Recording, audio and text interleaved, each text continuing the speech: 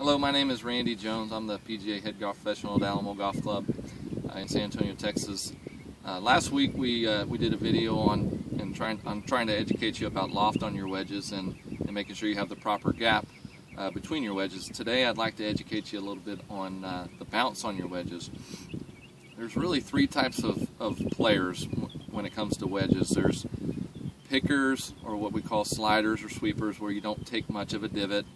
There's more of a neutral style player, which means their angle of attack into the golf ball is kind of moderate, not a whole lot of divot, but definitely taking some ground.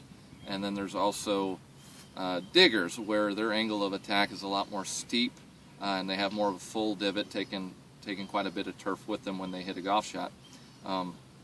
As far as what bounce is good for you, we need to figure out what type of player you are first. But if you are more of a slider or sweeper, which where you're not taking much divot, you want your wedges to have a very minimal amount of bounce. If you're more of a neutral style player, you probably want to have about a mid bounce on all your wedges. And then if you're a digger, where you're taking more divot, your angle of attack's greater, you want to have more bounce on your wedges.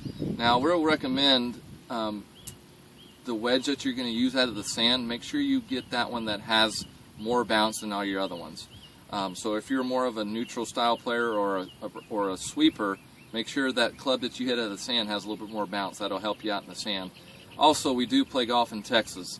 The conditions are pretty firm, so I probably wouldn't recommend your wedges to have a ton of bounce on them unless you just are a player that plays golf courses that are more soft conditions, or you're more of a better player where you can get away with having a little bit more bounce.